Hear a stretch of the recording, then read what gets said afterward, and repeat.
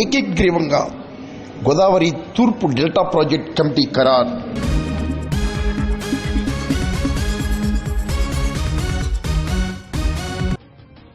గోదావరి తూర్పు delta project committee ఏకగ్రీవంగా శనివారం ఎంపికైంది. డెల్టా ప్రాజెక్ట్ కమిటీ చైర్మన్గా మురాలశెట్టి సునీల్ కుమార్, వైస్ చైర్మన్గా తమలంపూడి సుధాకర్ రెడ్డి ఏకగ్రీవంగా ఎన్నికయ్యారు. కాకినాడ కలెక్టరేట్లో ఈ మేరకు ప్రాజెక్ట్ కమిటీ ఎంపికను నిర్వహించారు. Anaparthi MLA Nallamilli Ramakrishna Reddy, Mandapeta MLA Vegulla Jogeswara Rao, Janasena Anaparthi incharge Marreddy Srinivas తదితర ప్రజాప్రతినిధులు విజేతలైన మురాలశెట్టి సునీల్ కుమార్, తమలంపూడి సుధాకర్ రెడ్డిలను ఘనంగా సత్కరించారు.